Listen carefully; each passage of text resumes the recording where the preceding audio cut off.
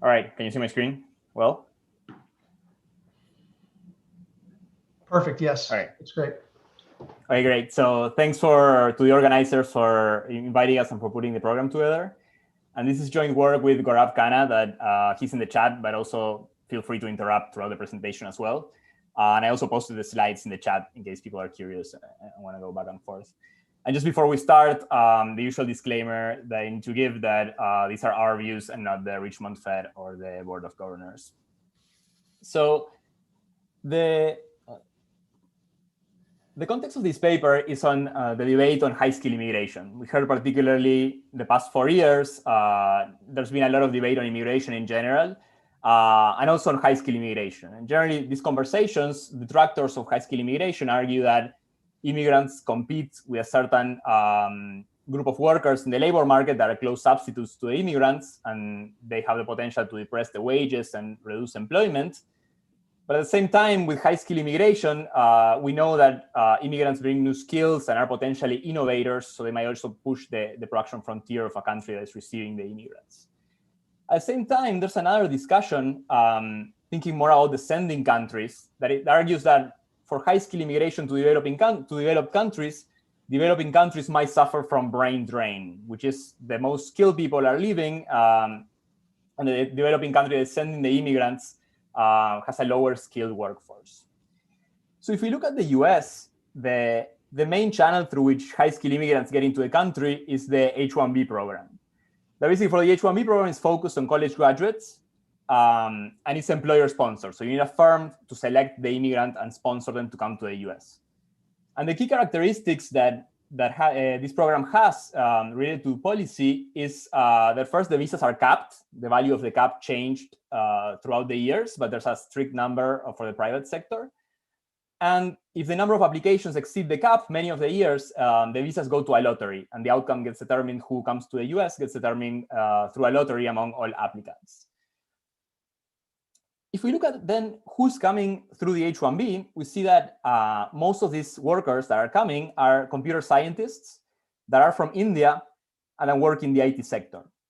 So what we want to do in this paper is think about, given that it's so specific, the skill of computer science and the country of India as a sending country for college graduates to the US, we want to think about the possibility that migration doesn't really create a brain drain, but it could be actually a motivation for, in this case, Indian students to acquire computer science skills. And many of them will end up staying in India, helping develop, for example, the IT sector in India. And in this case, what India, instead of experiencing a brain drain, will be experiencing what we call a brain gain. They will be gaining a valuable skill that then helps improve their productivity. And if we think about this concept of brain gain, this might change the predictions that an immigration model could have, for example, on where production is located. Because immigrants go to the US, that motivates more people to study computer science and stay in India, then IT actually might end up shifting partially to India as a response to US immigration policy. So with that in mind, what we do in this paper is first, I'm going to just present some descriptive evidence just to tell a little bit the story that happened since the 1990s and why do we think this is an important mechanism. We're going to provide some empirical evidence. And the idea we want to show here is we want to understand if there's some support in the data for this mechanism of when migration prospects increase, do we actually see a response in terms of occupations or human capital in India? And then with these facts in mind, we're going to set up a model. The model is going to have two main moving parts. There's going to be a labor supply of college graduates, where they're going to be choosing between their majors and their occupations, between computer science and other skilled occupation. And the key features the model is going to have is that Indians are going to be uncertain on migration when they're making their human capital and occupation choices. So this is going to create is that they might choose, they're going to think about the expected return between the wage they would earn in the US and the wage they would earn in India when they're actually choosing whether to study computer science or not. We're going to allow for a second channel of brain gain, that is return migration. So once workers are in the US, some of them generally can come back if their H-1B visas expire and bring new skills to the US. And then we're going to allow for trade in the IT good and the final good. And a key feature of this model is going to be that we are going to allow for computer scientists to improve the level of technology. So they're going to have a spillover in technology. In some sense, we can think about innovation or something else that will improve the technology on whatever they're working. All right. So we're going to estimate the parameters of the model. The new parameter we're bringing here is the dynamic labor supply elasticity, how workers are going to respond in terms of choosing occupations of computer science, taking into account migration. And then we're going to have a counterfactual where we decrease the H1B cap by 50% during the period of 1995 to 2010. And just to give you a preview of the results, we're going to find that in terms of welfare, both countries gain from immigration. The gains for the US are more muted just because on one hand, they receive the skilled workforce from India, but on the other hand, the Indians crowd out part of the American computer scientists, but they still get a positive welfare gain. And India also gains driven by this brain gain mechanism, where Indians acquire this valuable skill, and then many of them end up staying in India and producing this extra productivity in India. We're going to show this channel of endogenous occupation choice is important to quantify the gains of migration. A naive model will overstate the migration gains for the US, for example, and will predict brain drain for India. And then we're going to discuss some extensions on the model, particularly heterogeneity, inabilities, and another type of things we're going to be adding to see how our quantitative results change. All right, so I'm not going to talk too much about the literature, but the way we see the contribution of this paper is that there's been a recent literature that proposed general equilibrium models to understand the implications of migration. And I think what we're adding here is we are incorporating first, this endogenous human capital acquisition that we show that is important to quantify the gains. And second, this uncertainty on migration when making these choices that drives this brain gain that we're going to be talking about later in the results. Okay, so before jumping Can I ask yeah, for sure, a question? So like I could think of there's two reasons behind kind of the stuff that you're talking about. One is just the market size gets bigger, so it increases the returns to acquiring education in India. But then there's like a option value effect, because like I'm not sure if I'm going to be able to get into the United States, but just that option value is valuable. So like, are you going to talk through like those different mechanisms, just about the option value, or and then trade is also, the trade in the background too is also kind of affecting like the market size as well. So I think in the model, both of those things are going to be into effect. Just the option of having the option of migrating, that's already going to push some people into computer science. But then, for example, with the additional computer scientists, India become more productive and the market gets bigger. They start exporting more, and that also, in addition, pulls in more people. So I think both of those channels are going to be present. But I guess we're going to be focusing more on the idea of the option value, I think, through the talk. All right, so before moving forward what we do in the paper, I just wanted to tell you a little bit the context and the story we're trying to tell with some pictures that illustrate how the boom started in the US, and then we are speculating that then might have partially explained what happened in India later. So in the early 1990s, it was the introduction of the internet. And that was, we can think about that as some skill bias technology that biased demand, labor demand towards computer scientists. So if we focus, for example, in this blue line, this is the fraction of computer scientists is a fraction of STEM workers. And we see that particularly during the 1990s, there was a sharp increase on the intensity of the labor market on computer science that it was partially driven by this introduction of this new technology that was the internet. And if we look at how this demand was satisfied, a big part of it was through immigrants. So this is immigrants as a fraction of different occupations. The green line on the top is computer science. So we see that particularly for computer science, there was a sharp increase on the share of immigrants that are computer scientists in the United States. So part of this demand that for computer science that was increased through the internet was met through immigrants, so through the immigrant labor coming to the US. And if we look one level deeper and see who are these immigrants that are coming, we see they are predominantly from India. So the green line on the top, this is just the number of foreign computer scientists in the US.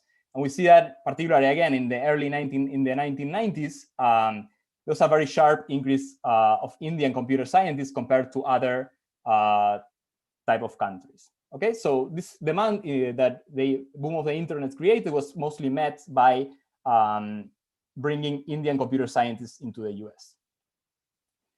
And if we think about the US, actually the US was a huge employer for Indian workers at the time. So what we do here is we use US and Indian data, and we compute the ratio of Indian computer scientists, Indian IT workers in the US divided by Indian IT workers in India. And we see here is particularly the peak of the IT boom in the 2000s. For every 2 IT workers in India, there was one IT worker, Indian IT worker in the US. So the US actually was a huge source of employment for Indian IT workers and particularly computer scientists. So with this in mind, we can think about the choice of an Indian worker, let's say an Indian college student. They're thinking about choosing computer science relative to other major, and they might look at the relative wage between those occupations in India. And we see that the premium of this is the wage in India of a computer scientist relative to all other college occupations in India.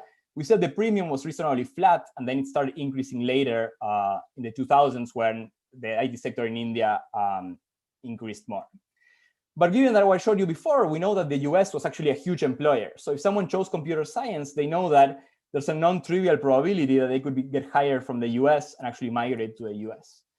So if it would be reasonable to think that students and workers in certain occupations don't only look at the relative wage, thinking about the wage in India, but they also take something like the expected average of the wage, considering the possibility of migrating to the US. And in this case, the premium of choosing computer science would be much higher than if we just look at the wages in India. Okay? So what do we see in terms of the data? We do see an increase in the share of degrees of people with engineering or computer science degrees over time in India. So we would assume that, I mean, part of this might be driven because of demand in India, but given the huge role of the US, it's reasonable to think that some of these people enrolled in computer science with the prospects of migrating. But what happens in the Nicolas, US? Yes, can I ask you about the previous slide? Yeah. When you made the adjustment for the probability of migrating to the US, is that also the probability for non-CS? Like, do Indians work in any meaningful number outside of software development on H-1Bs? Because these guys they're like college graduates substituting between CS and non-CS. Yes, for sure. So in this case, the only thing we're doing is just calculating it for the US, just as an exemplar, just to give an example. So we just do it for the expected average for computer scientists divided by the wage in India. They do go for other occupations, for example, nursing or some others, but the numbers are way lower than what would be in computer science. But I think maybe to make this point right, maybe it would be good just to divide it. It would look very similar, but we could divide it. Thanks. Just a quick question on on this slide. Engineering includes computer science, and you don't have a sense of what share of computer science is. Yeah, I think for degrees, the data we had for this was just we just had it all pulled together, so we cannot really separate the degrees themselves, whether they're engineering or computer science. But then we're going to be working with occupations that we do see them separately.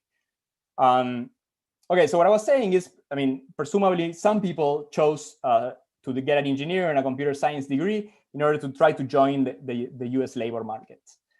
But what happens with the US labor market, actually, the migrating to the US is very restricted. First, yes, I talked before, the H-1B is capped. The visas expire after 3 years, so it's not guaranteed, particularly for Indians, there's a long queue for green cards, so many of them have to return after the H-1Bs expired. So what we are saying is that some of the firms might have tapped into the skilled workforce that was created partially because people were hoping to migrate and end up either migrating or staying in the US. And what do we see in India? We see that particularly in the later 2000s, the IT sector in India really experiences a boom. And of course, this is driven by many things, but we're speculating here is that partially this boom was helped by the possibility of migrating.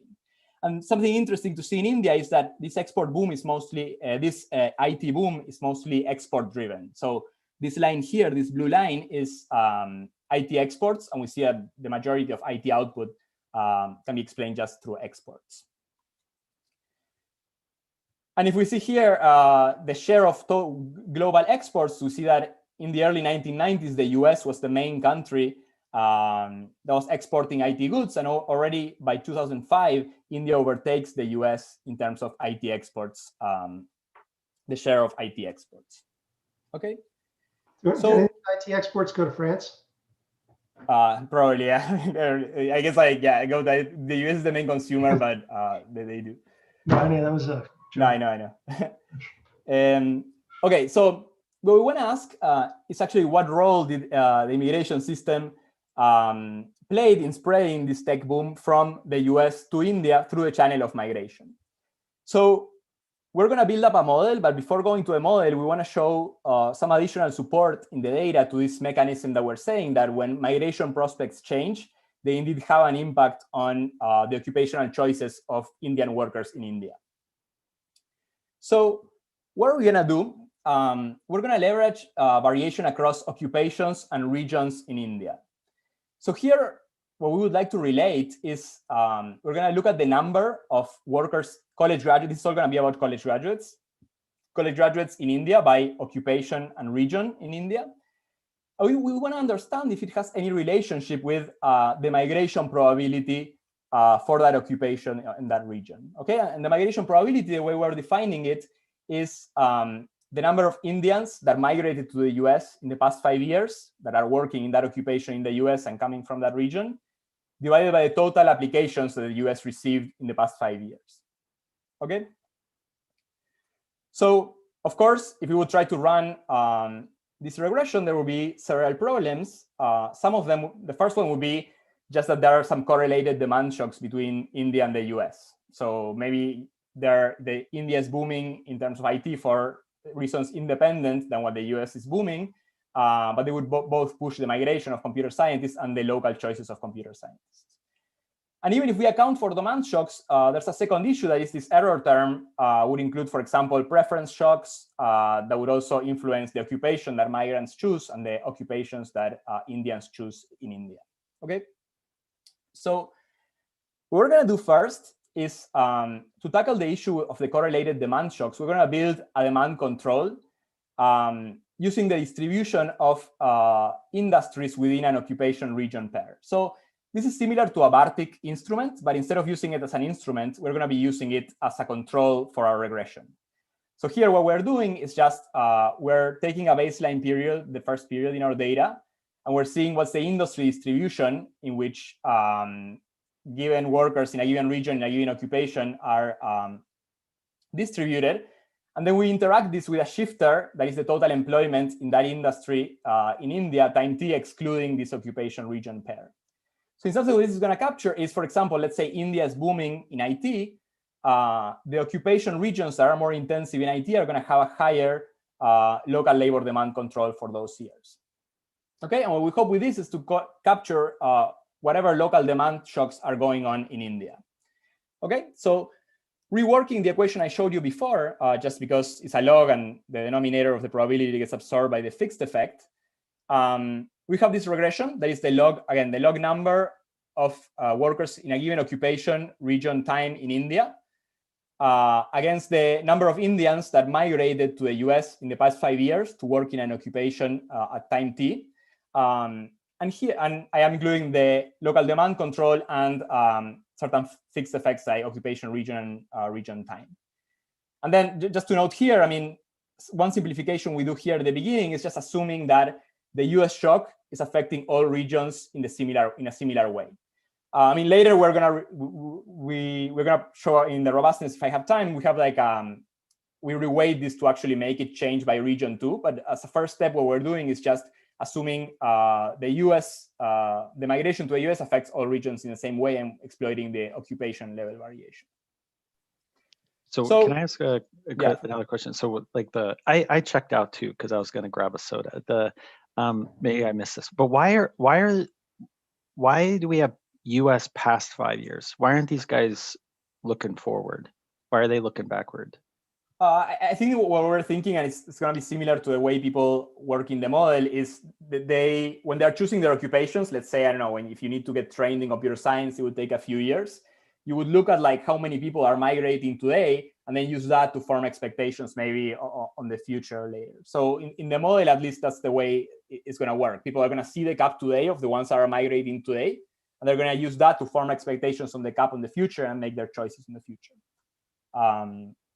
But I mean, that's the way we're thinking. So it's like the guys made their education choice 5 years ago.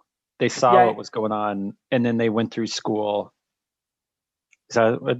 Yeah, sometimes, or they just get retrained in computer science, but they look, for example, okay, who migrated? We're just doing the last 5 years just to get enough sample size to compute these numbers in the US. But yeah, basically they see how many people migrated for a given occupation, and they use that to infer what's the probability of migrating, and that's the way we're thinking about it.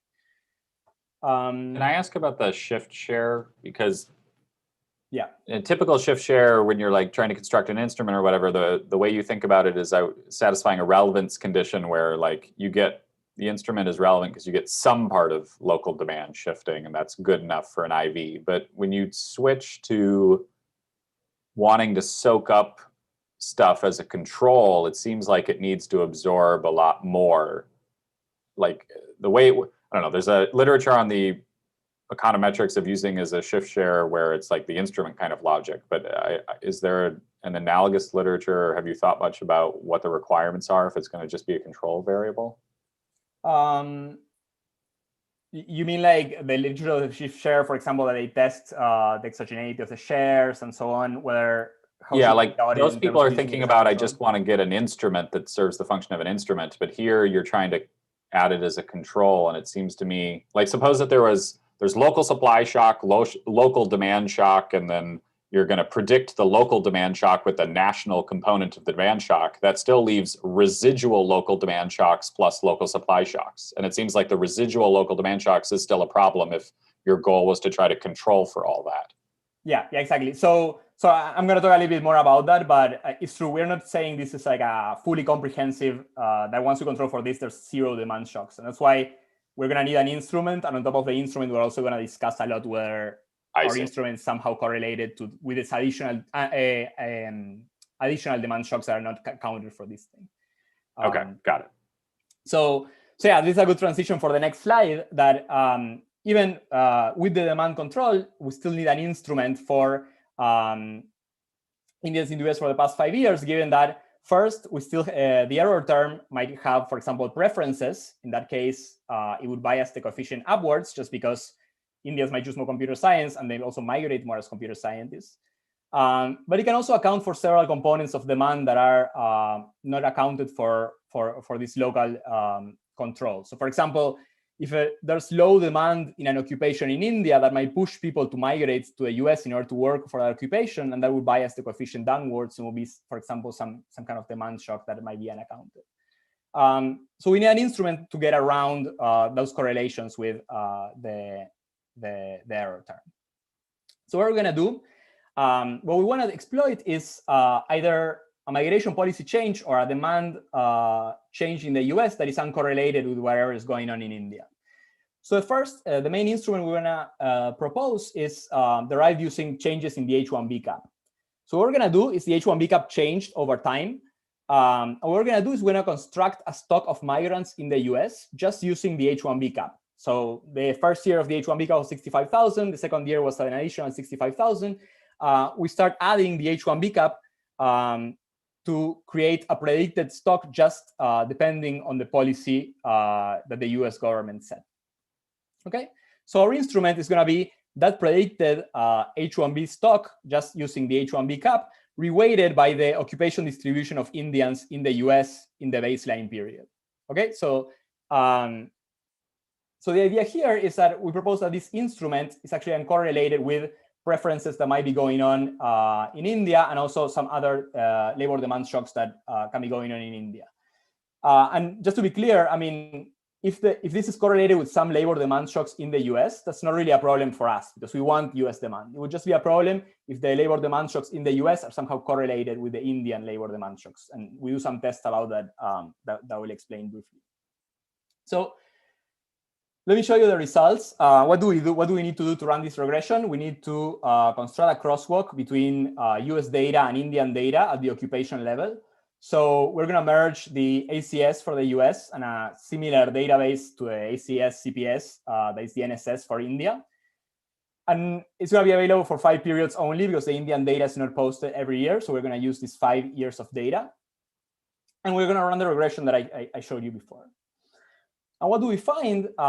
We find a positive and significant effect of the number of Indians who migrated to the US in the past year in a given occupation, such that a 1% increase in the number of Indians in the US in that occupation would increase 0.74% the number of people in that occupation working in India. Okay, and as expected, if we look at, for example, just young workers, that is workers that are below 40, these workers are more responsive than if we look at the whole pool of college graduates. And again, this demand control tends to be always significant and positive also to explain labor choices in India. But if we remove the demand control, the coefficients actually don't change as much. So we do several things, but I think I need to move a bit faster. So just let me tell you a little bit several robustness that we have in the paper. We use different instruments, for example, not just exploiting time variation in the H-1B cap or in the number of migrants, but we also look at the shifter as the number of non-Indian migrants by occupation as well, to leverage additional variation in terms of occupation in the US. The results are very robust to that. A second set of analysis we do is our main explanatory variable in our instrument were at the occupation time level, but we were using regions because regions were helpful to control for this local labor demand shocks. But we can also reweight our explanatory variable in our instrument using the propensity of regions to produce workers of some occupations. And that also gives consistent results. We also look at the regression by occupation time, but as I said, it's helpful to look at regions as well, just because it allows us to better control for other confounders that might be affecting occupation choice. And again, we do several tests for correlated shocks. Particularly, we're worried that for some reason, maybe the changes in the H-1B are correlated with some other shocks that are going on in India. We don't account with the local labor demand shock. So we had a different control, also in controlling for trade between the US and India, in order to say maybe, okay, migration is correlated with some other business relationship between the US and India. And this is significant, but it doesn't really change at all our coefficient on immigration.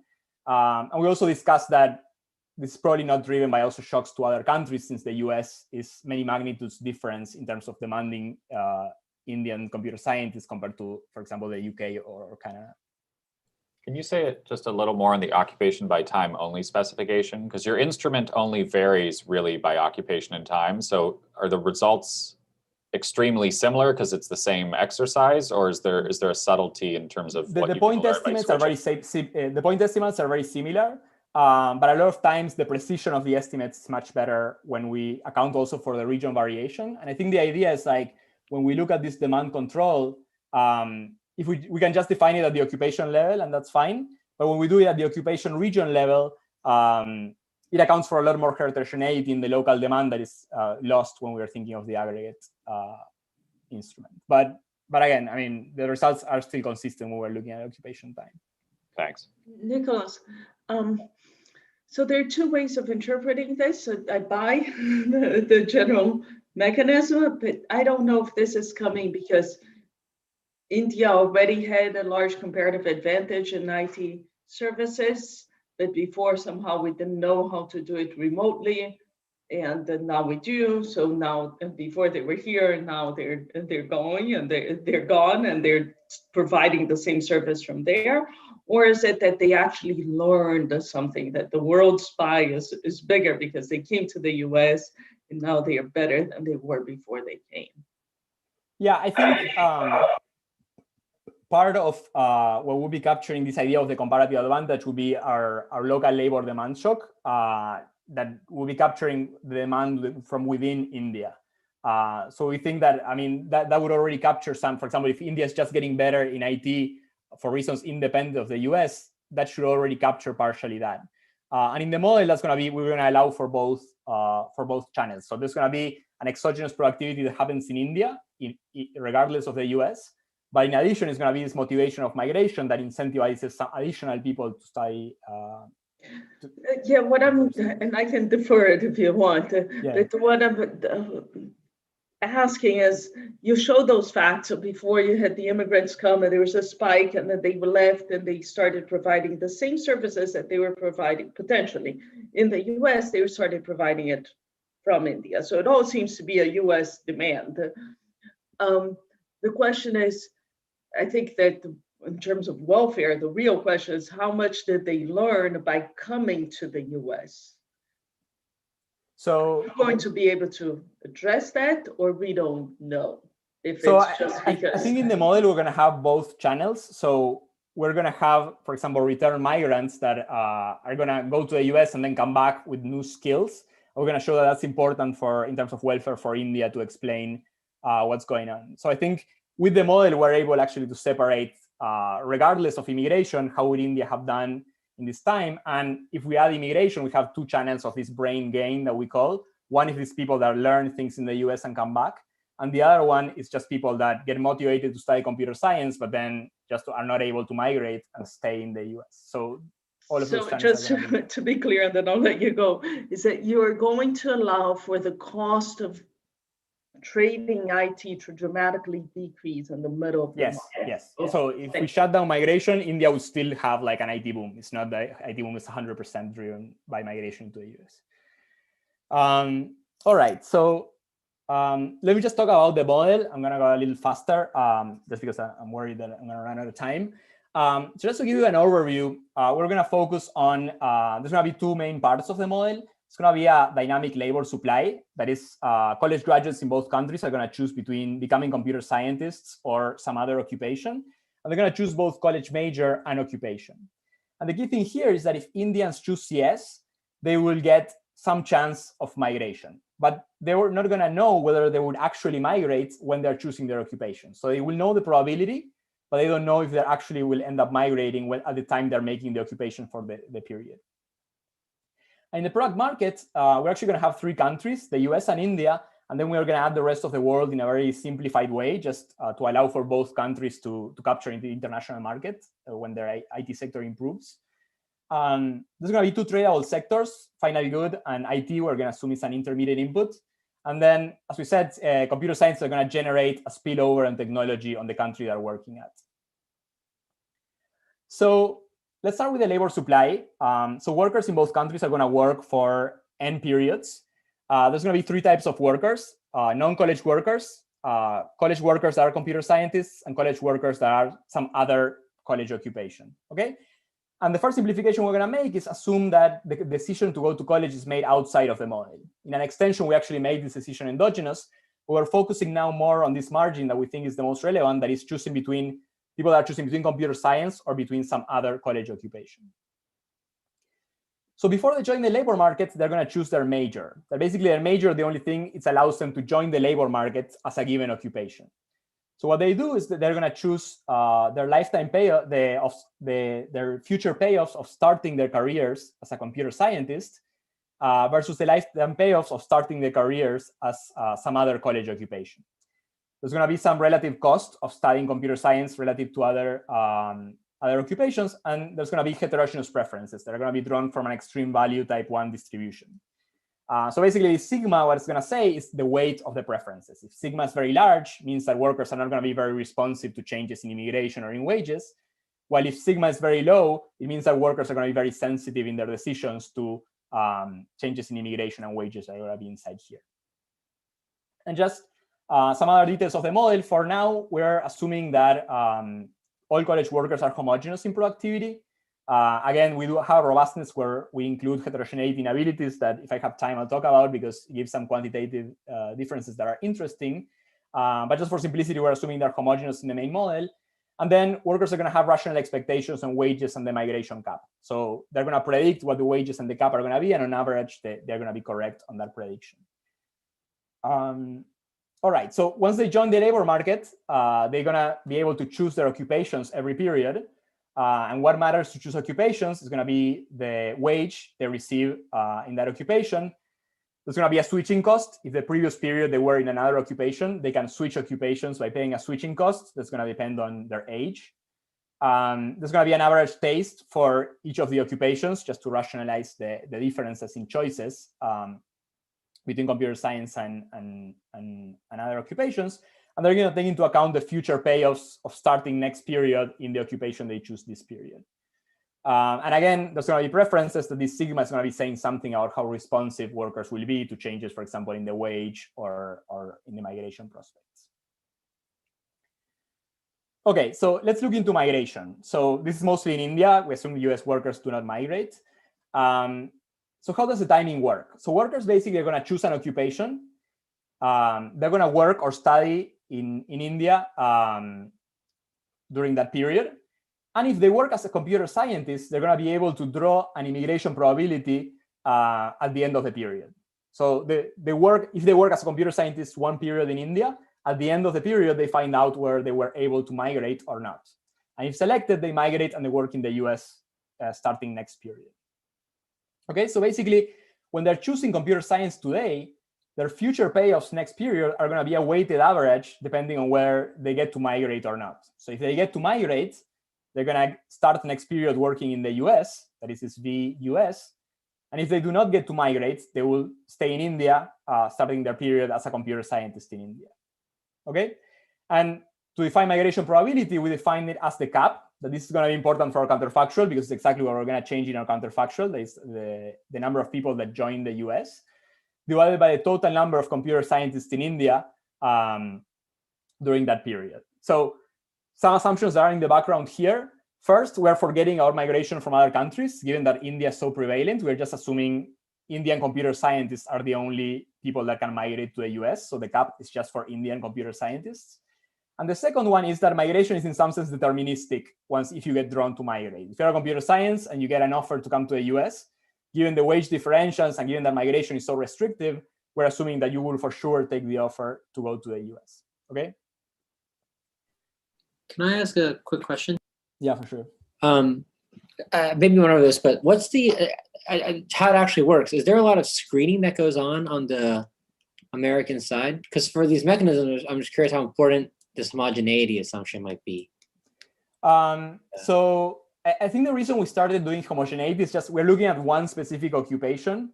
And if we look at who are the computer scientists that are migrating, some of them, they do all types of work. Some of them do very basic level programming, others do more sophisticated things. So on average, they're not just coming to do some very skilled research.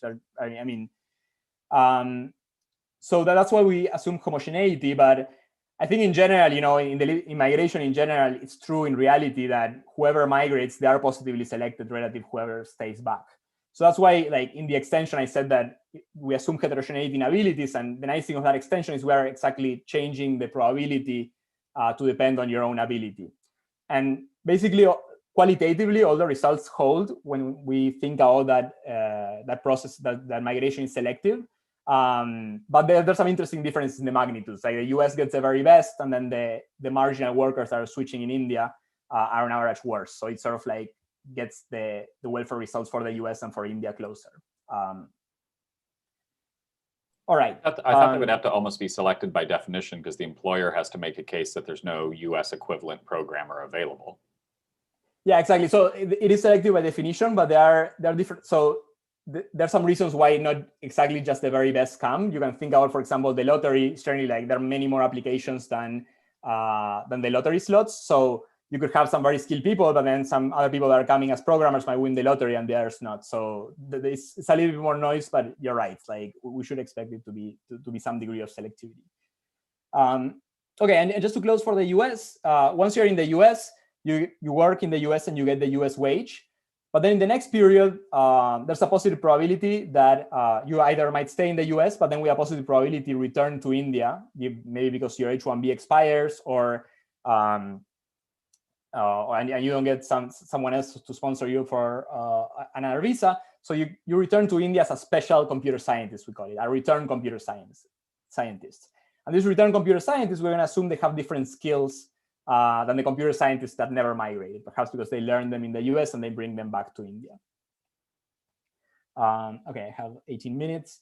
So okay, the production side is fairly standard. We're assuming like a static, every period is static in the production side.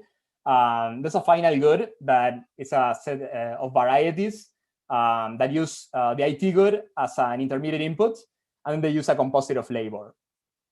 Okay, and the idea of adding the IT as an intermediate good is related to this literature on productivity that says that part of the big contribution of IT in productivity is not just a direct contribution of IT, but it's through improving productivity in many other downstream industries that purchase IT.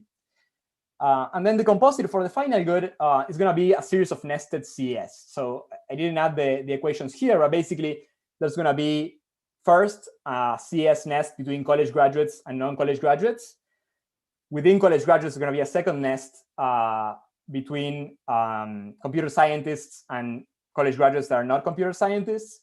And in India, there's going to be a third nest that is going to be between the computer scientists that are returning and the computer scientists that always stayed in India. Okay, so basically the production function is going to be a set of 3 nested CS for the final good. And then the IT good is going to be very similar. There's going to be a continuum of varieties. They're going to produce using computer science and other college graduates that are not computer scientists. And in India, within computer scientists, there's going to be the return computer scientists and the computer scientists that never migrated. Okay, so we incorporate the possibility of trade. As I said, we're adding, in addition, the rest of the world in a very simplified way, just to allow for India and the US to be able to export to the rest of the world. We're just going to assume, I mean, we're not modeling the labor supply here. We just assume they produce with one type of worker and they produce both goods. And the 3 countries engage in international trade, importing and exporting both goods. And the productivities, both in the final goods sector and in the IT sector, are going to come from a Frechet distribution following a 2-sector Eaton-Cortum model. And then basically the price that a variety produced in India that wants to sell it to the US is going to be the cost of producing it in India, the trade cost from the US to India, and divided by this productivity. Okay. And as a final feature, we're going to allow for this T parameter, this average technology in the IT sector, to depend on the number of computer scientists that are working for that sector. So this is going to be, in some sense, an externality in the sector that is created by maybe computer scientists engaging in innovation, the flow of ideas, that's going to affect the level of productivity of the IT sector in the country where the computer scientists are. Okay, so we define the equilibrium. Since our productivities are Frechet, we can define the trade shares. Since our labor market preference shocks are extreme type value, we get a nice expression for the fraction of workers from a given occupation that choose another occupation every period. Okay, so let me just spend like maybe 4 minutes just giving you an overview of how we estimate and calibrate all these parameters before we go to the results. So, I mean, there's many more details on the paper, and I'm happy to talk more later if something is unclear. So how do we estimate the model? So as a first step, we're going to take from the literature several elasticities from the product market. So we have some important elasticities, for example, the substitution between college graduates and non-college graduates, the substitution between CS and non-CS, substitution between return and non-return, and the trade elasticity that we'll mostly take from the literature. As a second step, we're gonna guess the parameters of the labor supply. Okay, the parameters of the labor supply were the parameters of the dynamic problem I showed you at the beginning. They were mostly the occupation switching cost. There was a mean preference for occupations and education costs. This dispersion parameter was related to how responsive people were to the preferences, and then this weight on the US wage. Okay, so we're gonna guess those, and then we're gonna move to calibrate every year the parameters of the parameters of the production functions of the product sector. So the product sector, remember, it was a static sector. It was a static problem every year. So for every year, we're going to calibrate, for example, the technology parameters, the trade costs, the production function parameters, and so on to match certain trends. So here is, I think, the question that Cecilia asked before, that if we still are capturing, for example, the fact that India would still have experienced a boom. And this is why we are. So, for example, we are going to estimate every year the technology parameters and the trade costs using, for example, backing them out from the trade flows. And then we're going to take those parameters as given. So then in the counterfactual, when migration is lower, we're still going to allow for India to improve their baseline technology in IT because we're calibrating this every year. So we calibrate all these parameters every year. This is going to capture basically how demand is changing over time. And then we are going to use our model to compute certain moments that are related to the labor supply parameters. We're going to compare our simulated moments with some data moments that we have for those moments that are informative of the labor supply. If these moments are different, we're going to go back to step 2, adjust the guess parameters, recalibrate the time varying parameters, and calculate the moments again. And the algorithm is going to do it over and over again until we finally identify the parameters of the labor supply, basically by matching the simulated moments with certain moments of the data. Okay. And a final elasticity that is important is the technology response, how much technology changes when there are more computer scientists. And here we use patents to try to estimate this elasticity, and we get an elasticity that is very similar to other papers in the literature that already try to estimate this spillover. Okay. Sorry, I'm not providing more details, but I'm happy to answer questions if someone has questions. All right. Okay, so we look at the, once we have our model estimated, basically the way the model works here, what we're doing is we're increasing the wage by 1% just to understand how the relative labor supply of computer scientists relative to other college graduates changes. And the way the model works is when we increase, for example, 1% the wage in the US, that period we actually get a small response. Why? Because the workers that adjust are maybe just the workers that can switch occupations paying the switching costs. But as time goes by, in addition to the people that switch occupations paying the switching costs, we have the pipeline of education that responds with some lag to the labor supply. So in some sense, what we want to say here is with the model, we're capturing that the short-term supply elasticity is going to be different than the long-term elasticity, because the long-term elasticity is also going to have the education pipeline responding to wages and then joining the labor market in response to those changes in wages. And in India, what we do is like this includes this is the same shock in the US we included for India, and of course Indians also respond to a US wage, but much less than US workers. We test the model, some moments that we're not targeting, and I think it does a good job with some key moments, particularly the relative wages between the US and India. And then we can move to the counterfactual. So what are we going to do in the counterfactual? As we said before, we're going to use that cap parameter that we had in the model, and we're going to reduce it by 50% every period starting in 1995. So the cap is basically a flow. So the first year, this change is going to be very tiny. But as we go by, the change of this 50% reduction of the cap is actually going to be pretty significant after all these years go by. Okay, so thinking about the implications of the model, there are several ambiguous predictions that we want to test with our quantitative model. So the first one is what happens in India. So we said, like, a strand of the literature argued for brain drain. The skilled people are leaving, so India, in some sense, is losing college graduates and computer scientists. But on the other hand, we are allowing for this possibility of brain gain through the two channels. One, just workers choosing computer science to migrate and then end up staying because they don't get drawn in the lottery, or return migrants that can come back to work in India after working in the US. On one hand, we can think that the US is bringing computer scientists, so that would expand the IT sector in the US. But on the other hand, the Indian computer science compete with the US computer scientists, so they might choose some other occupations. So that would go against the US increasing as much their IT sector. And since India is also increasing the number of computer scientists, that might shift production more to India. And then later, there's just some distributional ideas. We have more computer scientists, so there's more competition in the computer science market that lowers the wages. But at the same time, they improve productivity. So we could expect they also can have a positive impact if the productivity impact is sufficiently large.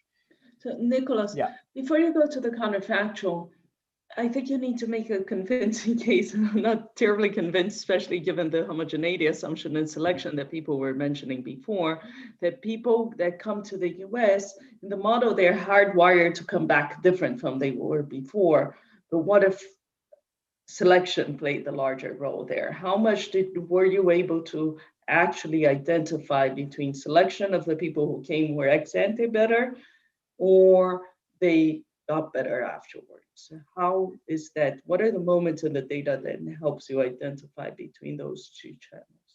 So I guess this is going to come up more for the model that actually allows for this heterogeneity and selective migration. So maybe if we have time, maybe we can discuss that part, that I think we can just understand the quantitative difference between the baseline with homogeneity and the other one to understand the potential differences. So let me just get to that, and I think it's going to be clearer. All right, so let's just look at the baseline results. I'm just plotting them for 2010. What happens, we find that both countries actually gain from, the way I'm going to talk about the counterfactual is going from the counterfactual, that is restricted migration, to a real. So what happens when we allow for immigration in some sense? And we find that both countries actually gain from immigration. The gains from the US are muted partially because the Indian computer scientists crowd out some of the US computer scientists. So the total number of computer scientists in the US increases by 1%, the brain gain in the model. And why is this important? Well, we compared with two models where we don't allow for this endogenous relocation of occupation. So basically, workers are trapped in their own occupations. And what we find, for example, let's look at this column. This is a model in which we are not allowing workers to relocate across occupations. The gains for the US are much larger, just because in addition to the immigrants, they actually get all the US workers cannot relocate, so they capture more of the spillover. And in the case of India, I would predict just pure brain drain. College graduates are leaving. Some people are switching because of the prospects of migration, but these people, in this case, they're not switching because they cannot switch. So then basically India is just losing computer scientists. Nicolas, and then, are these, since you have a dynamic model, these in the new stationary equilibrium, or this is a transition? Welfare number. This is basically a transition in 2010, like at what point they are in 2010. Okay. So what's driving the welfare gains? Well, in the US, the welfare gains from the US are mostly driven by non-college graduates. So these are complementary to the college graduates. So basically, the immigrants just create more college graduates. So the main gains are captured by inputs that are complementary to the college graduates, that are the non-college graduates. In India, what's driving most of the welfare gains is actually the non-computer science college graduates. Why? Because people choose computer science more just because of the prospects of migrating, and that pushes up the demand for both computer science and non-computer science. And now there's fewer non-computer scientists in the college market. So then that pushes up the wages more. So most of the welfare gains are captured by that group in India. And in the last 4 minutes, let me just talk about what Cecilia was saying. But we do like multiple robustness checks.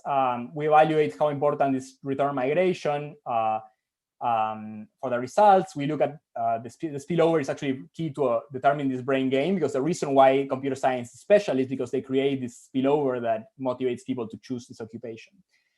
We look into several other things, but let me just talk about the heterogeneity inabilities. So what do we do in this model? Here we make some simplifications. So this model, we just look at it with perfect foresight just because it's computationally more intensive.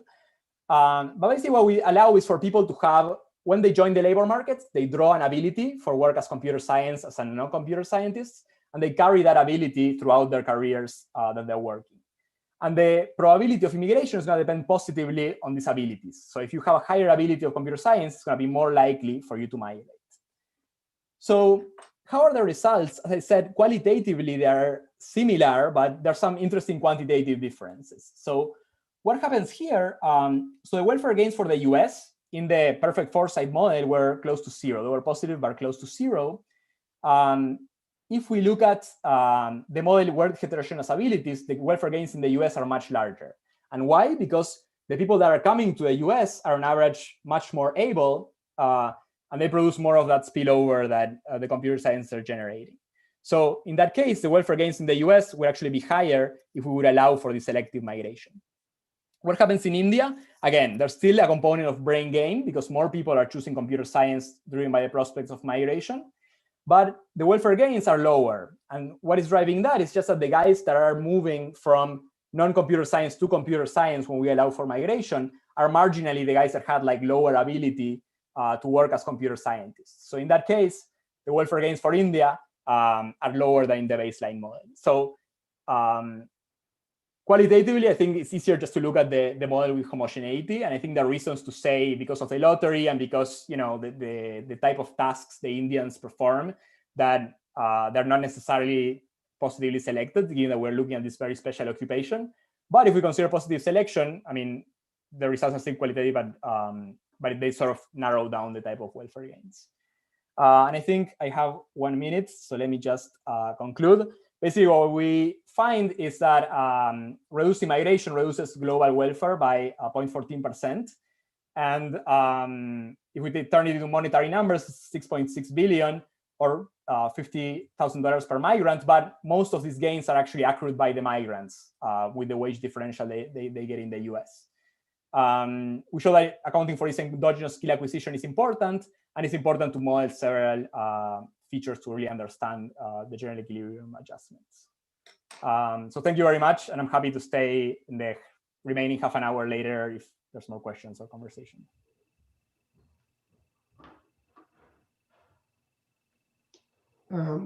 Thanks, Nicolas. And we even started a minute or two late and finished a minute or two early. So it's okay. you're. Can I ask you one question? I didn't see, and I probably missed it. My kids were banging on the window, but when people migrate, do they send remittances back or anything like that? So the model they do, but we do have a specification where we try to quantify remittances and see like what happens if we allow for example, the fraction of remittances that Indians remit, and we calculate it using the computer science income. But it doesn't really change at all. It's like it's very small compared to the actual numbers of the wage. So gotcha. So people don't send very much back. Is that what happens? Yeah, at least like when we in the quantitative model, when we add remittances, it almost doesn't change our results. So it means what about in the data though? Yeah, it's pretty small. I think like in the thing we did, it was something like 3% of the income or something for Indian college pretty graduates. Small. So it wasn't very significant. Yeah. Okay. Cool.